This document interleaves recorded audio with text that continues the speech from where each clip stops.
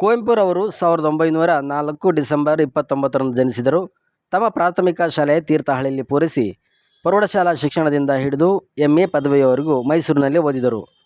ಕುವೆಂಪು ಅವರು ಕನ್ನಡದ ಅಗ್ರಮಾನ್ಯ ಕಾದಂಬರಿಕಾರ, ನಾಟಕಕಾರ, ವಿಶ್ವಕರ್ಮ ಮತ್ತು ಚಿಂತಕ.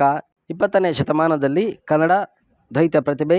ವರಕವಿ ಬೇಂದ್ರೆಯವರ ಯುಗದ ಕವಿ, ಜಗದ ಕವಿ ಎನಿಸಿಕೊಂಡವರು. ವಿಶ್ವಮಾನ ಸಂದೇಶ ನೀಡಿದರು. ಕುವೆಂಪುರವರು ಕುರಿತ ಮಾತನಾಡಿ, ರಾಷ್ಟ್ರೀಯ ಬಸವ ದಳದ ಅಧ್ಯಕ್ಷ, ಕಾಂಗ್ರೆಸ್ ಮುಖಂಡ, ಹಿರಿಯ ವಕೀಲ ಗುರುಪ್ರಸಾದ್. ಕುವೆಂಪುರವರು ಮಾನವತಾವಾದಿ, ಕನ್ನಡದ ಕವಿ, ಜ್ಞಾನಪೀಠ ಪ್ರಶಸ್ತಿಯನ್ನು, ಕೇಂದ್ರ ಸಾಹಿತ್ಯ ಅಕಾಡೆಮಿ ಪ್ರಶಸ್ತಿಯನ್ನು ಮೊದಲ ಬಾರಿಗೆ ಕನ್ನಡಕ್ಕೆ ತಂದುಕೊಟ್ಟವರು.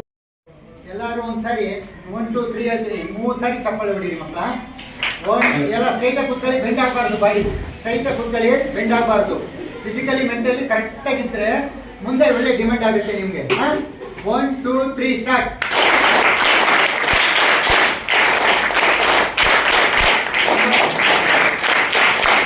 ಇವತ್ತು ಏನ್ ದಿನ? ಕುವೆಂಪುರವರ 121ನೆಯ ಜನ್ಮೋತ್ಸವ ಕಾರ್ಯಕ್ರಮ. ಆ ಕಾರ್ಯಕ್ರಮದಲ್ಲಿ ಬಂದಿರತಕ್ಕಂಥ ನಿಮ್ಗೆಲ್ರಿಗೂ ಕೂಡ ಕುವೆಂಪುರವರ ಜನ್ಮದಿನಾಚರಣೆಯ ಅಂಗವಾಗಿ ಎಲ್ರಿಗೂ ಕೂಡ ಶುಭಾಶಯವನ್ನು ಹೇಳ್ತಾ ಇದ್ದೀನಿ. ಇವರೆಲ್ಲರಿಗೂ ಒಳ್ಳೇದು ಮಾಡಲಿ. ಕುವೆಂಪುರವರು ಒಬ್ಬ ಸಾಮಾನ್ಯ ಕವಿ ಅಲ್ಲ. ಹಳ್ಳಿಯಿಂದ ಹಿಡಿದು ಅಂತಾರಾಷ್ಟ್ರೀಯ ಮಟ್ಟದವರೆಗೆ ಹಲವಾರು ಕನ್ನಡದ ಸಾಹಿತ್ಯ ಕೃತಿಗಳನ್ನು ಬರೆದು ಇಡೀ ನಮ್ಮ ಕನ್ನಡ ಸಾಹಿತ್ಯದ ಹಿರಿಮೆಯನ್ನು, ಗರಿಮೆಯನ್ನು ಗ್ರಾಮ ಮಟ್ಟದಿಂದ ಅಂತಾರಾಷ್ಟ್ರೀಯ ಮಟ್ಟದವರೆಗೆ ಕೊಂಡೊಯ್ದಂಥ ಮಹಾನ್ ಪುರುಷ. ಇವರು ಸಾಮಾನ್ಯ ವ್ಯಕ್ತಿ ಅಲ್ಲ. ನಮಗೆ ಈಗ ನೀವೆಲ್ಲರೂ ಹೇಳ್ತೀರಲ್ಲ, ಪ್ರತಿನಿತ್ಯ ಇಡೀ ರಾಷ್ಟ್ರದಲ್ಲಿ ನಾಡಗೀತೆ ಮತ್ತು ರೈತಗೀತೆ ಇದನ್ನು ರಚನೆ ಮಾಡಿ ನಮ್ಮ ಇಡೀ ರಾಷ್ಟ್ರಕ್ಕೆ ಒಳ್ಳೆಯ ಹೆಸರನ್ನು ತಂದುಕೊಟ್ಟಂಥ ನಮ್ಮ ಕುವೆಂಪುರವರು ನಿಜಕ್ಕೂ ಕೂಡ ಬಹಳ ಅದ್ಭುತ. ಇಡೀ ವಿಶ್ವಕ್ಕೆ, ಇಡೀ ಪ್ರಪಂಚಕ್ಕೆ, ಇಡೀ ನಮ್ಮ ದೇಶಕ್ಕೆ ನಮ್ಮ ಕನ್ನಡ ನಾಡು, ನುಡಿ, ಭಾಷೆ, ಸಾಹಿತ್ಯ, ಕಲೆ ಇದೆಲ್ಲನೂ ಕೂಡ ವಿಸ್ತಾರವಾಗಿ ಪ್ರಸಾರ ಮಾಡಿ ಒಂದು ಹಿರಿಮೆಯನ್ನು ತಂದುಕೊಂಡಂಥ ಕುವೆಂಪುರವರು ನಾವು ಯಾವುದೇ ಕಾರಣಕ್ಕೂ ಮರಿಬಾರ್ದು. ಅವರು ಹಾಕಿಕೊಂಡಂಥ ತತ್ವ, ನಿರ್ದೇಶನ ಮತ್ತು ಅವರ ಜೀವನ ಶೈಲಿಯನ್ನು ನಮ್ಮೆಲ್ಲರ ಜೀವನದಲ್ಲಿ ಅಳವಡಿಸ್ಕೊಂಡಾಗ ಈ ಒಂದು ಕಾರ್ಯಕ್ರಮ ಸಾರ್ಥಕ ಆಗುತ್ತೆ. ಇವತ್ತು ಇಡೀ ನಮ್ಮ ಮಂಡ್ಯ ಜಿಲ್ಲೆಯಲ್ಲೇ ಸುಮಾರು 10 ರಿಂದ 15 ಕಾರ್ಯಕ್ರಮ ನಡೀತಾ ಇದೆ.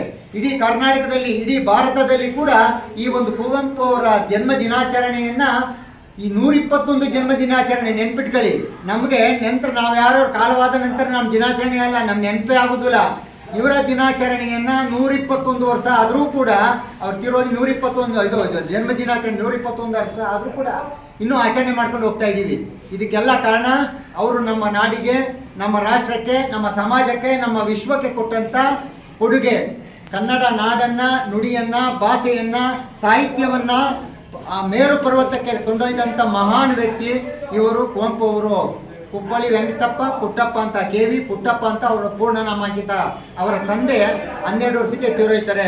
ಆವಾಗ ಇವರು ಮೈಸೂರು ಮಹಾರಾಜ ಕಾಲೇಜಿನಲ್ಲಿ BA ಮಾಡಿ ನಂತರ ಅದೇ ಕಾಲೇಜಿನಲ್ಲಿ ಪ್ರೊಫೆಸರ್ ಮತ್ತು ಪ್ರಾಂಶುಪಾಲರ್ ಆಗಿ ಉನ್ನತ ಮಟ್ಟದ ಕೆಲಸವನ್ನು ನಿರ್ವಹಿಸ್ತಾ ಇರ್ತಾರೆ. ಇದರ ಜೊತೆಗೆ ನಮ್ಮ ಎಲ್ಲ ಪ್ರಕೃತಿಯ ಸಂಪತ್ತನ್ನು ನೋಡಿ ಅನುಭವಿಸಿ ಭಾಳ ಖುಷಿ ಪಡ್ತಾರೆ. ಪ್ರಕೃತಿಯ ಆರಾಧ್ಯ ದೇವತಾರಾಗ್ತಾರೆ. ಇದರ ಜೊತೆಗೆ ನಮ್ಮ ಕೂಡ ಇಡೀ ನಮ್ಮ ರಾಷ್ಟ್ರದ ರೈತಾಪಿ ವರ್ಗಕ್ಕೆ ಬೇಕಾದಂಥ ಹಾಡನ್ನು ಹಾಡಿ ಆ ರೈತಗ ಭಾವನೆಯನ್ನು ಹಾಡಿನ ಮುಖಾಂತರ ವಿವರಿಸಿದಂಥ ಮಹಾನ್ ವ್ಯಕ್ತಿ, ಮಹಾನ್ ಚೇತನ ಇವರು. ನಮ್ಮ ಯುಗದ ಕವಿ ಮತ್ತು ರಾಷ್ಟ್ರಕವಿ ಮತ್ತು ಮಹಾನ್ ಚೇತನ. ಇವರಿಗೆಲ್ಲರಿಗೂ ಕೂಡ ನಾವು ಬಹಳ ಸ್ಮರಣೆ ಮಾಡ್ಕೊಳ್ಬೇಕು. ಜೊತೆಗೆ ನಾವೆಲ್ಲರೂ ಕೂಡ ಪ್ರತಿನಿತ್ಯ ನೆನೆಸ್ಕೊಳ್ಬೇಕು.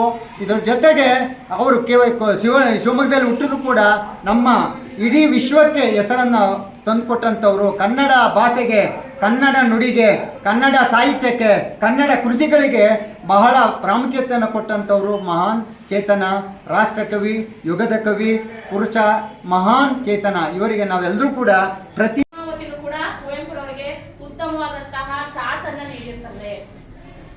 ನೀವು ಒಂದು ಸಾಧನೆಯನ್ನ ಮಾಡಬೇಕು ಅಂದ್ರೆ ಜ್ಞಾನವನ್ನ ಪಡ್ಕೋಬೇಕು.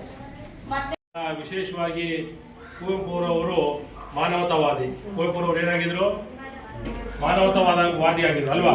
12ನೇ ಶತಮಾನದಲ್ಲಿ ಬಸವಣ್ಣವರು ಇವನಾರವ ಎಂದೆನಿಸಿದರಯ್ಯ, ಇವ ನಮ್ಮವ ಎಂದೆನಿಸಯ್ಯ ಅಂತಕ್ಕಂಥ ಮಾತನ್ನು ಹೇಳಿದ್ರು. ಅದನ್ನು ಚಾಚು ಶಬ್ದೆ ಕುವೆಂಪುರವರು ಏನು ಮಾಡಿದ್ರು, ಅವರು ನೀವೆಲ್ಲ ಫಾಲೋ ಮಾಡಿದಿಲ್ವಾ? ನೀವೇನು ಮಾಡಬೇಕು, ನೀವು ಫಾಲೋ ಮಾಡಬೇಕು. ಇವೆಲ್ಲ 12ನೇ ಶತಮಾನ ಆಯಿತು. ಜಗದ ಕವಿ ಯುಗದ ಕವಿ 20ನೇ ಶತಮಾನದಲ್ಲಿ ಕುವೆಂಪುರವರು ಭಾಳ ಎಷ್ಟನೇ ಜಯಂತಿ ನಾವು ಆಚರಣೆ ಮಾಡ್ತಾ ಇರೋದು? 121 ಅಲ್ವಾ. 1904ರಲ್ಲಿ ಜನಿಸಿದಂಥ ಮಹನೀಯರು ಅಲ್ವಾ. ಅವರು ಎಷ್ಟು ವರ್ಷ ಜೀವಿತವಾಗಿದ್ರು? ಎಷ್ಟು ವರ್ಷ ಇದ್ರು? 90 ವರ್ಷಗಳ ಕಾಲ. ಪ್ರಬಂಧ ಸ್ಪರ್ಧೆ ಮಾಡುವಾಗ ನೆನಪಿಟ್ಕೊಂಡಿರ್ಬೇಕಲ್ಲ ನೀವು. 1904ರಲ್ಲಿ ಜನನ, 94ರಲ್ಲಿ ಅವರು ಮರಣ. ಅಲ್ಲಿಗೆ ಎಷ್ಟು ವರ್ಷ ಆಯಿತು? 90 ವರ್ಷಗಳ ಕಾಲ ಅವರು ಜೀವಿತವಾಗಿದ್ರು ಅಲ್ವಾ. 9 ಯುಗದಲ್ಲಿ ಮಾಡುವಂಥ ಸಾಧನೆಯನ್ನ ಅವರು ಕುವೆಂಪುರವರು ಈ ಜಗತ್ತಿಗೆ ಸಾರಿ ಹೋದ್ರು ಅಲ್ವಾ. ಕನ್ನಡದ ಪ್ರಪ್ರಥಮ ಜ್ಞಾನಪೀಠ ಪ್ರಶಸ್ತಿಯನ್ನ ಕೇಂದ್ರ ಸರ್ಕಾರ ನಮಗೆ ತಂದುಕೊಡ್ತು. ಎಷ್ಟು ಸಂತೋಷ. ರಾಮಾಯಣ ದರ್ಶನ ಬರೆದಿರ್ತಕ್ಕಂಥದ್ದು. ಅದಾದ ನಂತರ ಅವರು ಉಪನ್ಯಾಸಕರಾಗಿದ್ರು. ಸರ್ಕಾರಿ ಶಾಲೆಯಲ್ಲಿ ಓದಂಥವ್ರು ಅಲ್ವಾ. ಮೈಸೂರು ವಿಶ್ವವಿದ್ಯಾಲಯದಲ್ಲಿ ಉಪನ್ಯಾಸಕರಾಗಿದ್ದಂಥವ್ರು. ಅಲ್ಲೇ ಉಪನ್ಯಾಸಕರಾಗಿ ಕುಲಪತಿಗಳು ಆದರು, ಉಪಕುಲಪತಿಗಳಾದರು, ಆಮೇಲೆ ಕುಲಪತಿಗಳಾಗಿ ಎಷ್ಟು ಅವರು ಸೇವೆಯನ್ನು ಮಾಡಿದ್ದಾರೆ ಅಂತಕ್ಕಂಥದ್ದು. ಬರೀ ಮೈಸೂರು ಭಾಗಕ್ಕಲ್ಲ, ಬರೀ ಕರ್ನಾಟಕಕ್ಕಲ್ಲ, ಬರೀ ಭಾರತಕ್ಕಲ್ಲ, ಇಡೀ ಜಗತ್ತಿಗೆ ವಿಶ್ವ ಮಾನವರಾದರು. ಯಾರಾದವರು? ಎಲ್ಲ ಬಾಯ್ಬಿಟ್ಟು ಕುವೆಂಪುರವರು ಅಲ್ವಾ. ವಿಶ್ವ ಮಾನವ ದಯವೇ ಧರ್ಮದ ಮೂಲವಯ್ಯ ಅಂತಕ್ಕಂಥ ನಾನುಡಿಯಂತೆ ಅವರು ಎಲ್ಲರಲ್ಲೂ ದಯೆಯನ್ನು ಇಟ್ಕೊಂಡಿದ್ದಂಥವ್ರು. ಕನ್ನಡದಲ್ಲಿ ಭಾಳ ಸ್ಪಷ್ಟವಾಗಿ ಮಾತಾಡ್ತಿದ್ದಂಥವ್ರು. ಸರ್ಕಾರಿ ಶಾಲೆ ಮಕ್ಕಳು ಅಂತ ಹೇಳಿದ್ರೆ ಅವ್ರಿಗೆ ಪ್ರಾಣ, ಭಾಳ ಜೀವ ಬಿಡ್ತಿದ್ರು. ಆ ಸರ್ಕಾರಿ ಮಕ್ಕಳ ಶಾಲೆಗಳನ್ನ ಅವ್ರನ್ನ ನೋಡಿದ್ರೆ ನೀವು ಮಾನವರಂಗೆ ಕಾಣ್ತಾರ, ದೇವರಂಗೆ ಕಾಣ್ತಾರೆ. ಸಿದ್ಧಗಂಗಾ ಶ್ರೀಗಳು, ಕುವೆಂಪುರವರು ಅವರೆಲ್ಲ ಹುಟ್ಟು ನೋಡಿ ದೈವ ಮಾನವರು ಅಂತಕ್ಕಂಥದ್ದು. ದೈವ ಮಾನವರು, ದೇವ ಮಾನವರು ಅಂತಕ್ಕಂಥದ್ದು.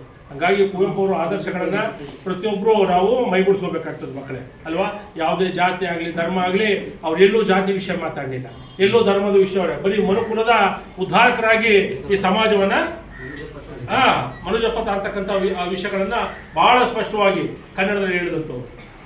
ಕುವೆಂಪುರವರು ಎಲ್ಲೇ ತಗೊಳ್ಳಿ, ಇದುವರೆಗೂ ಅವ್ರ ಜೀವಿತಾವಧಿಯಿಂದ ಅವ್ರ ಕೊನೆ ಉಸಿರಿನವರೆಗೂ ಎಲ್ಲೂ ಸಹ 1000 ಕಾಂಟ್ರವರ್ಸಿ ಮಾಡ್ತಿರೋದು. ಹಾಗಾಗಿ ಅವ್ರನ್ನ ಇವತ್ತು ದೇವ್ರ ಫೋಟೋ ಇಡೋ ಕಡೆ ಕುವೆಂಪುರವ್ರ ಫೋಟೋ ಇಟ್ಟು ಅವ್ರನ್ನ ಇವತ್ತು ದೇವ್ರನ್ನ ಹೇಗೆ ಪೂಜೆ ಮಾಡ್ತೀವೋ ಎಲ್ಲ ಇವರು ಕ್ರಿಶ್ಚಿಯನ್ ಆಗ್ಬೋದು, ಬೌದ್ಧರಾಗ್ಬೋದು, ಪ್ರತಿಯೊಂದು ಧರ್ಮದವರು ಇವತ್ತು ಕುವೆಂಪುರವ್ರನ್ನ ಪ್ರೀತಿ ಮಾಡ್ತಾರೆ. ಹಾಗಾಗಿ ಕುವೆಂಪುರ ಆದರ್ಶಗಳನ್ನು ನಾವು ನೀವೆಲ್ಲ ಇನ್ನೂ ಹೆಚ್ಚು ಹೆಚ್ಚು ಪುಸ್ತಕದಲ್ಲಿ ಇರ್ತಕ್ಕಂಥ ವಿಷಯವನ್ನು ನಮ್ಮ ಮಸ್ತಕಕ್ಕೆ ಹಾಕೊಂಡು ನಮ್ಮ ಮಸ್ತಕವನ್ನೇ ಒಂದು ಪುಸ್ತಕವನ್ನು ಮಾಡ್ಕೊಂಡಂಥವ್ರು ಕುವೆಂಪುರವರು ಅಲ್ಲ. ಹೊಡಿಬೇಕು ಚಪ್ಪಾಳೆ ನೀವೆಲ್ಲ ಸುಮ್ಮನೆ.